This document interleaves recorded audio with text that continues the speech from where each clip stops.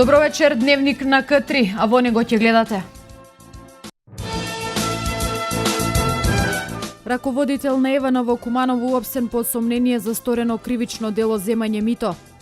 Зголемување на капитациониот бот на матичните лекари.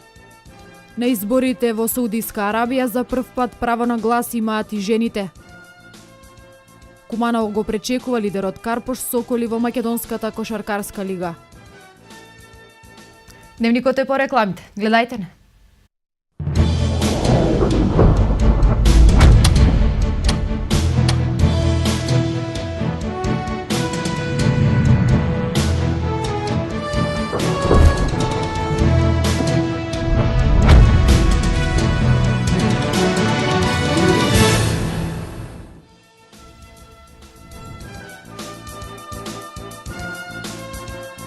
Секторот за внатрешни работи Куманово го уапси МЈ55 од Скопје, вработен како раководител на КЕЦ Куманово во Евана Македонија АД Скопје.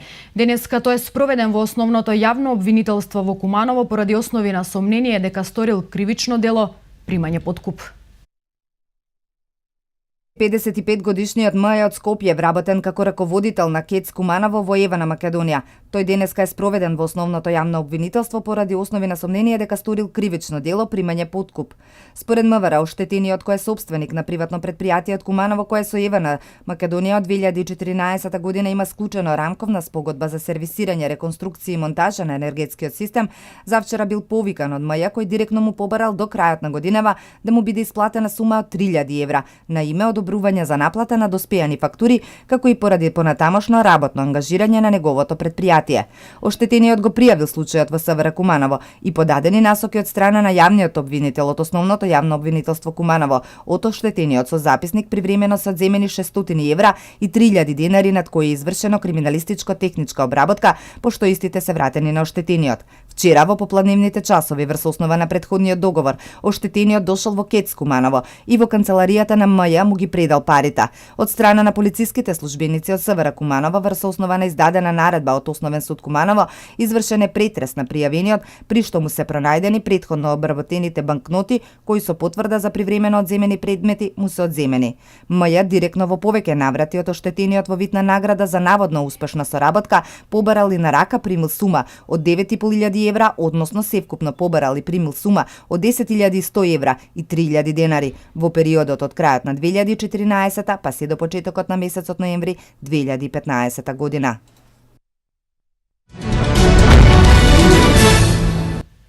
Продолжуваме со уште една информација од секторот за внатрешни работи. Починато машко лице е пронајдено во базенот на бањата Стрновац во општина Старо Нагоричане.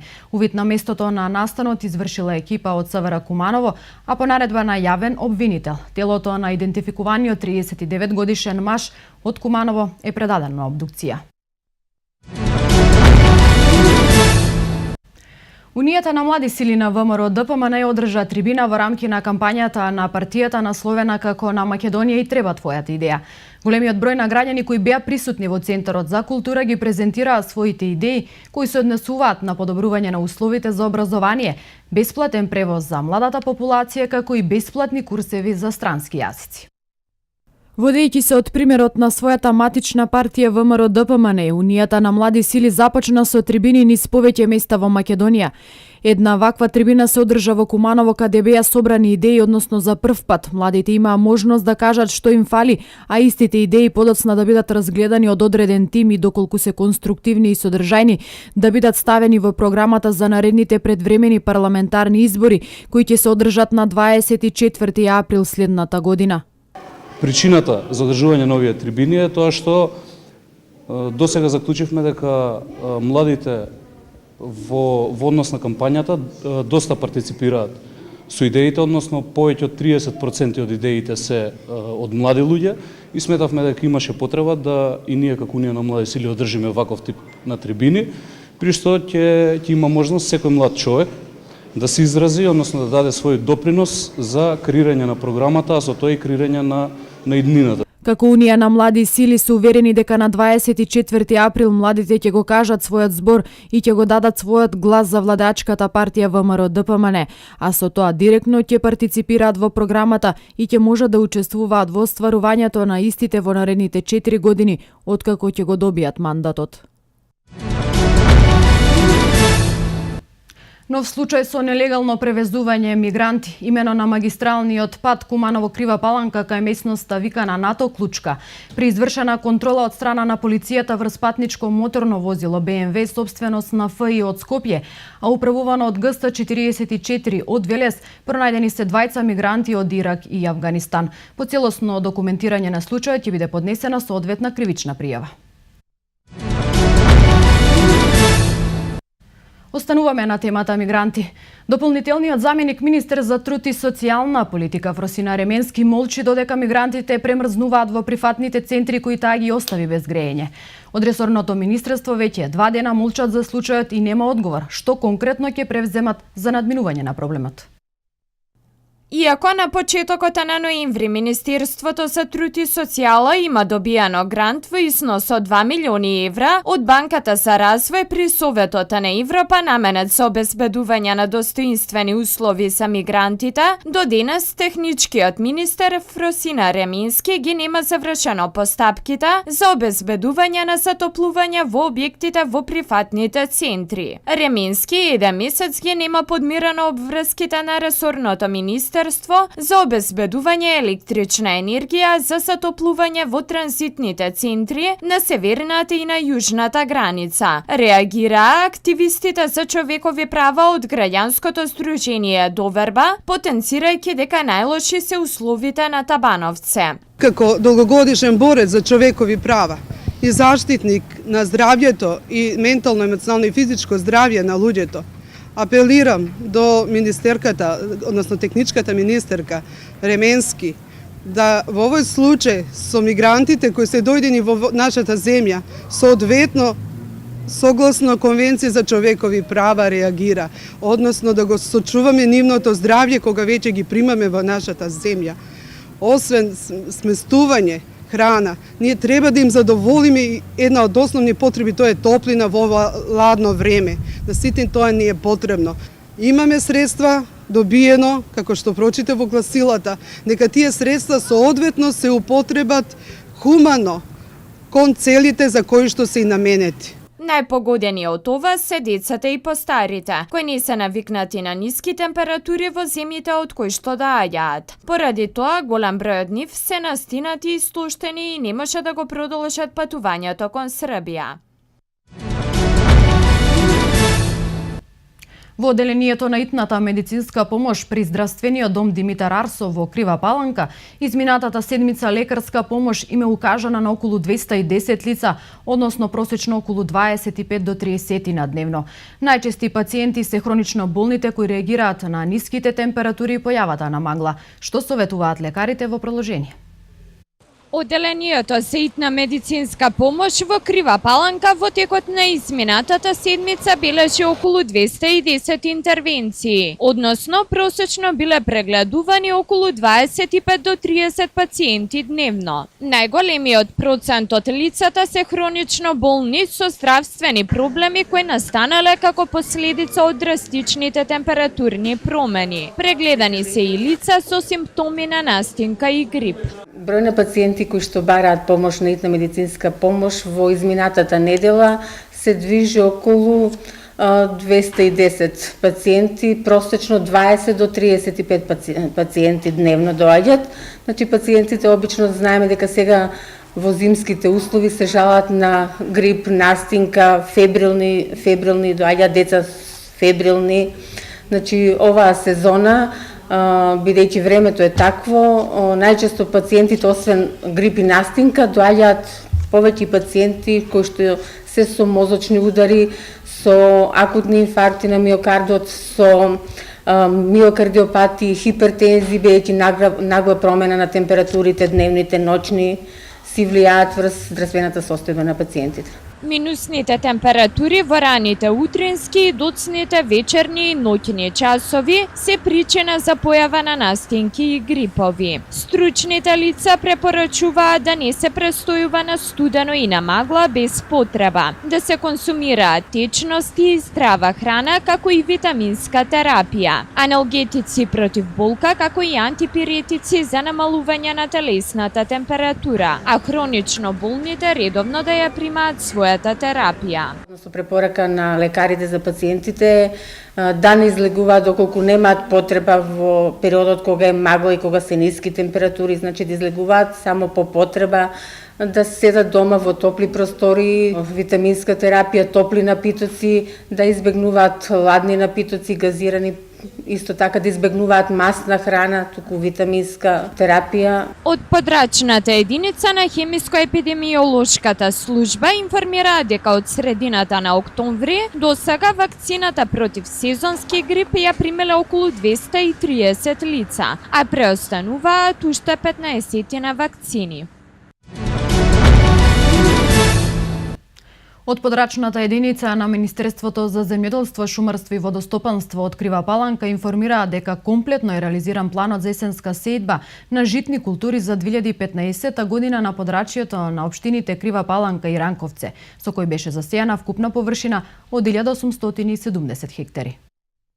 Од подрачната единица на Министерството за земјоделство, шумарство и водостопанство од Крива Паланка информираат дека комплетно е реализиран планот за есенска сејдба на житни култури за 2015 година на подрачјето на општините Крива Паланка и Ранковце, со кој беше засејана вкупна површина од 1870 хектари.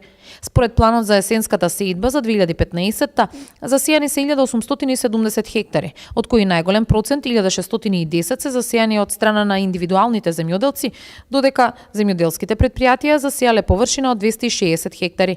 На најголема површина е засејан јачмен, и тоа на 950 хектари. Пченица на 760 хектари, сорж се засејани 80 хектари и на иста толкова површина посејани се останати житни култури, изјавија од подрачната единица на Министерството за земјоделство, шумарство и водостопанство Крива Паланка.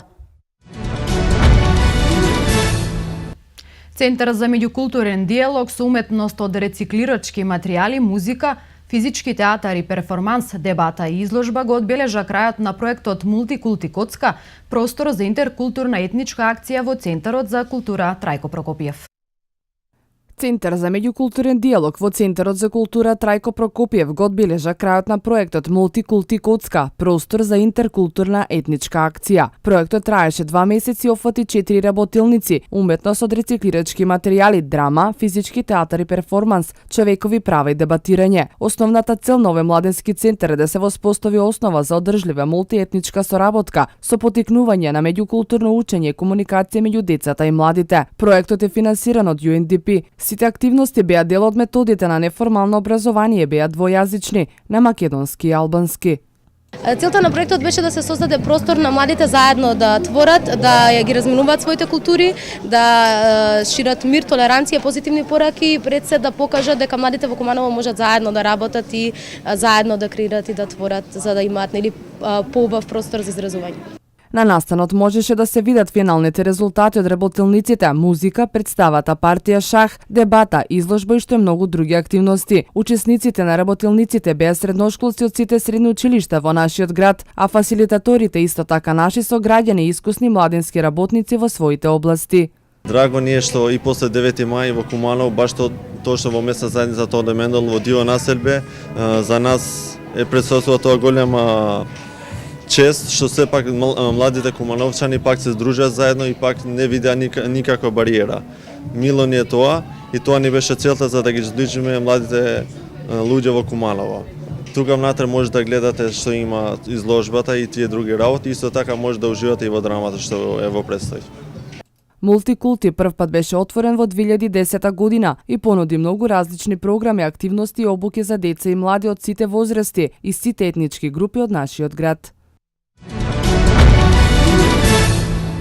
По стоматолозите, капитациониот бод ќе се зголеми и кај лекари. Наместо 50 денари од 1 јули 2016 година, капитацијата ќе биде зголемена на 55 денари.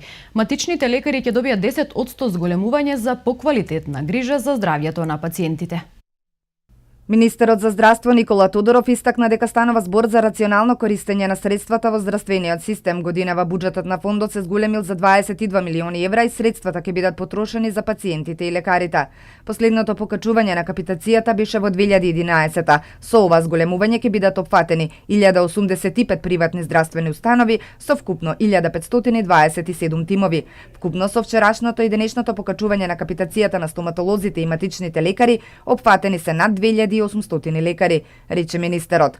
Додаде дека откако е формирана мрежата на здравствени установи, доделени се вкупно 245 нови лиценци за општа медицина и дополнително 344 места во мрежата се слободни. Директорот на ФЗОМ Сашо Стефановски истакна дека институцијата постојано ги следи услугите и го унапредува начинот на функционирање на примарната здравствена заштита со тенденција на долг рок да обезбеди поквалитетна услуга, подобра превентивна здравствена заштита и навремена дијагностика за подобро здравје за сите осигуреници. Министерството за земјоделство отвора кол-центар каде представници на институциите ќе одговараат на повици од земјоделците. Паралелно земјоделските тимови продолжуваат со посетите на терен со цел решавање на земјоделските проблеми.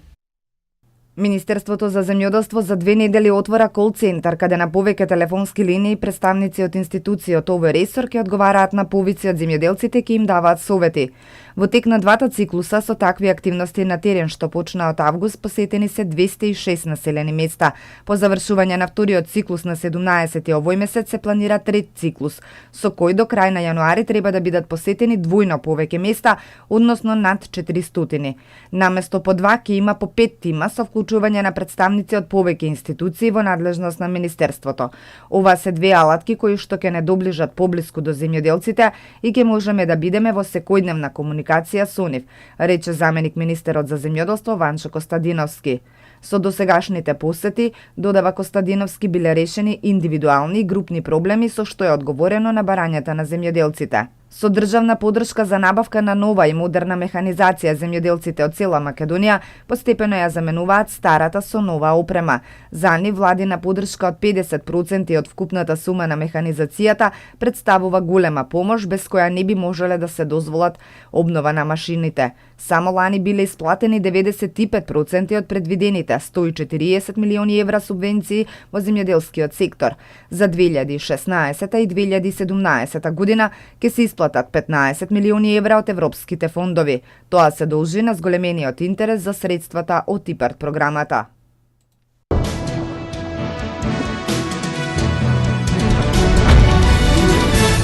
Во Саудиска Арабија денеска се одржуваат први избори на кои право да се кандидираат и да гласаат имаат и жените. Ова се и останатите вести од светот. Според податоците на изборната комисија на Саудиска Арабија, околу 1,5 милиони луѓе постари од 18 години, од вкупно 21 милион жители се регистрирале за гласање на локалните избори, меѓу кои 119.000 жени. Мажите и жените сепак ќе гласаат одвоено на гласачките места. Саудиска Арабија е исламска монархија каде на жените им е забрането да возат и каде мораат да бидат покриени од глава до пети во јавност. Таа беше последната земја во светот каде само мажите имаа право на глас. За гласање на локалните избори над 900 жени се кандидираа за позиции во градските совети, додека на местата во 284 совети се кандидираа 36.000 мажи.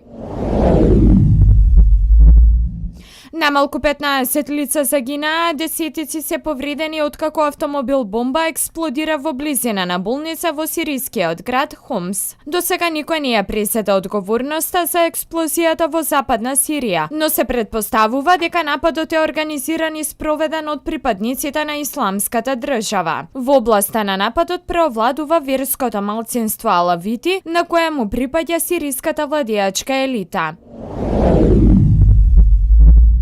Најмалку 6 лица, меѓу кои 4 афганистански и 2 шпански полицајци, се убиени во повеќе часовна пристрелка меѓу афганистанските сили и талибанци во близина на амбасадата на Шпанија во Кабул, јавија денес локалните власти. Афганистанските сили спречеле самоубиствен напад на гостинска куќа за странци во близина на шпанската амбасада, при што во престрелката и експлозии се убиени 4 талибански борци. Шпанските власти потврдија медија дека во нападот се убиени 20 шпански полицајци, а талибанците превземаа одговорност за нападот.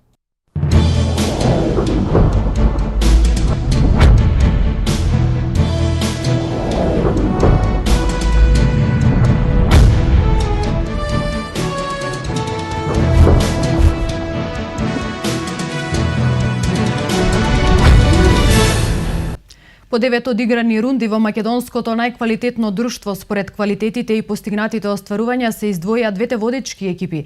Изненадувањето Карпош Сокол и бранителот МЗТ Скопје Аеродром. Скопските ривали по 9 одиграни кола се наделба на првото место со идентичен ефект од 8 победи и само 1 пораз. Карпош Соколи како гостин загуби во Јанет Сандански од големиот ривал МЗТ Скопје, а шампионот беше поразен на гостувањето кај Куманово. Кумановци утре ќе ги вгостат Соколите. Металците веќе го одиграа над преварот од 10-тото коло и како гости го совладаа Кожув со 68-59. Во среда ќе го одиграат за останатиот надпревар од 8-то коло против Струмица на гости. Дербито на 10-тото коло се игра во Куманово, каде Карпош Соколи ќе му биде гостин на вице-шампионот. За водечкиот Карпош, ова ќе биде сигурно едно од најтешките гостувања сезонава, бидејќи против себе не само што ќе го имаат квалитетниот состав на домакините, туку ќе имаат и полната сала. Победникот на дербито ќе се решува во играта по двата коша. Новите засилувања на Куманово, центрите Бојан Трајковски и Мишановиќ, ќе водат голема борба со триото центри на Соколи, Казарновски, Петровиќ и Кнежевиќ. Секако интересно ќе биде и од надворешните позиции Костовски против Шепа, Караџовски против Соколов. Викендов ќе се одигра и средбата меѓу двете последни екипи, дебитантот Бест гостува во Струмица.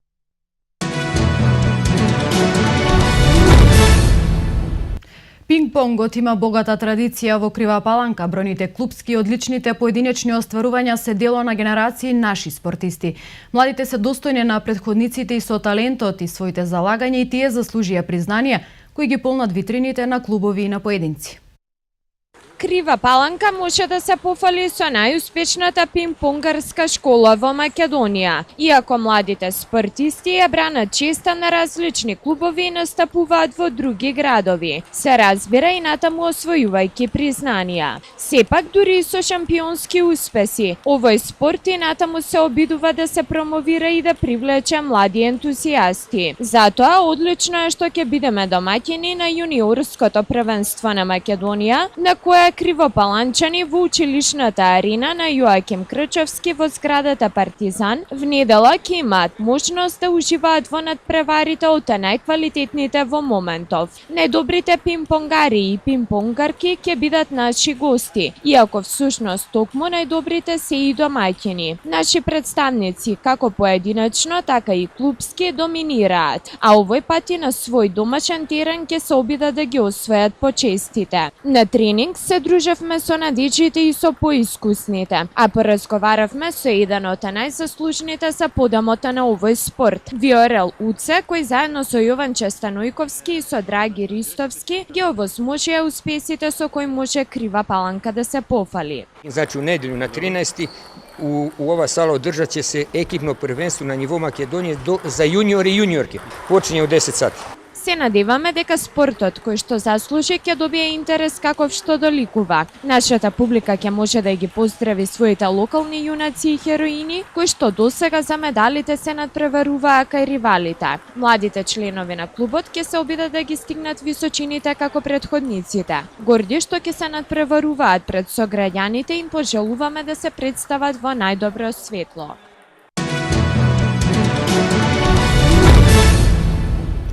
Селекторот на машката ракометна репрезентација на Македонија го објави поширокиот список од 28 репрезентативци на кои ќе смета на стартот од подготовките за Европското првенство во Полска, што започнува на 15 јануари. Ивица Обрван го објави списокот на ракометари кои ќе патуваат на Европското првенство што ќе се одржи во Полска идната година. На овој список се најде и првиот голман на Металург Даниел Допјачанец кој игра одлична сезона во тимот од Автокоманда. Во жолто-црвениот табор тој е на местото на Петер Ангелов Диви кој нема да биде дел од Европскиот ракометен собир. Исто така повратник во репрезентацијата е и Златко Даскаловски кој е меѓу стативите на тимот на Темишвар и е одличен во романскиот шампионат. На списокот на обрван се најдоа Борко Ристовски, Даниел Дупјачанец, Никола Митревски, Златко Даскаловски, Дејан Манасков, Гоце Ојлески, Гоце Георгиевски, Маđовски Бојан, Мартин Велковски, Костески Никола, Стојан Честоилов, Жарко Пешевски, Никола Марковски, Филип Лазаров, Аце Јоновски, Филип Миркуловски, Наумче Мојсовски, Горан Кузмановски, Никола Стојчевски, Немања Прибак, Кирил Лазаров, Владко Митко, Филип Талески, Филип Кузмановски, Милорад Кукоски, Велко Марковски, Дарко Димитриевски и Стефан Дрогришки. Точниот термин на подготовките дополнително ќе биде објавен. На Европското првенство Македонија е во група со селекциите на Франција, Србија и домаќинот Полска.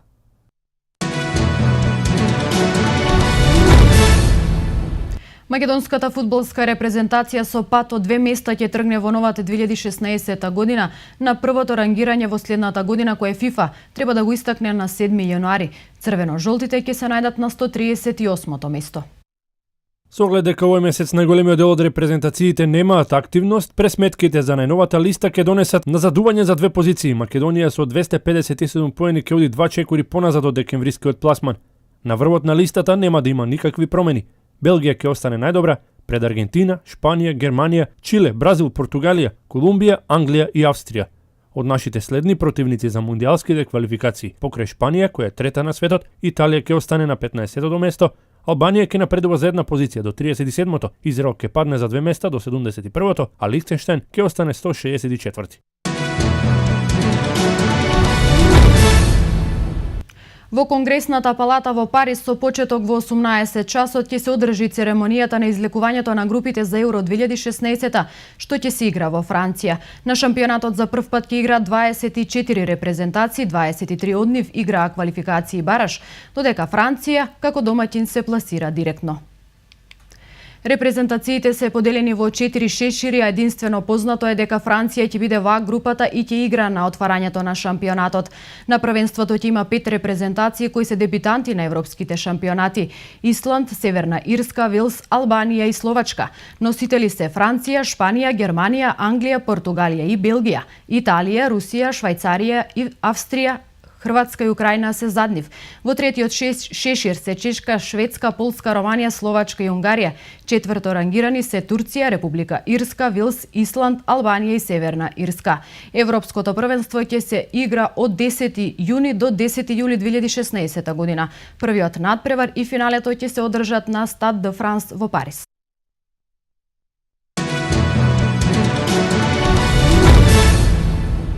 Корупцијската афера во ФИФА и УЕФА наскоро ќе добие разрешница.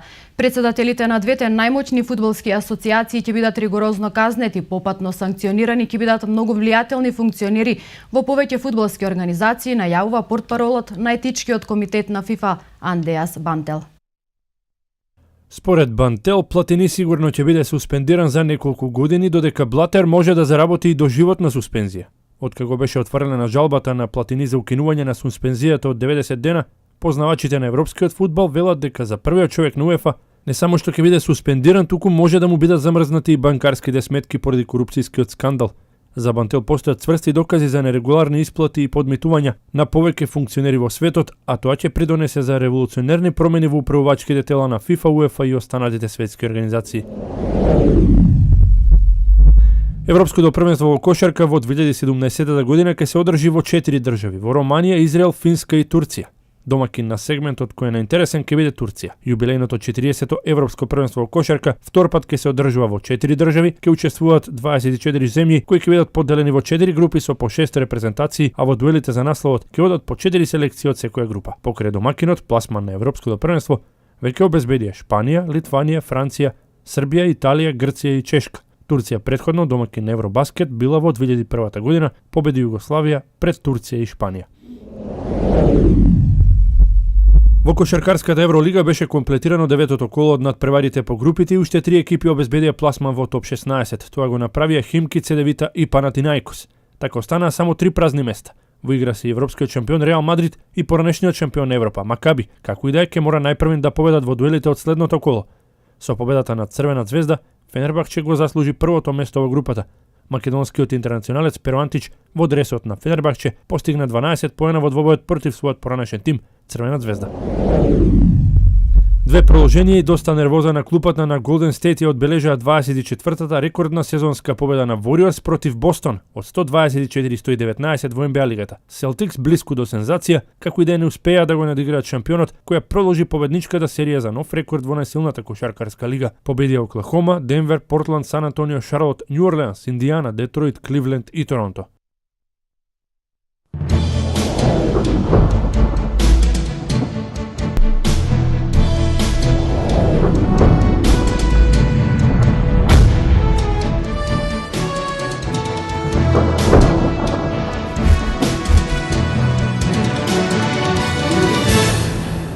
Оваа сабота имавме студено утро со ниски температури, а во текот на денот сончево и потопло. Дува умерен слаб северозападен и североисточен ветер. Благ пораст на температурите не очекува во понеделник и вторник, кога ќе превладува претежно сончево време со локална облачност.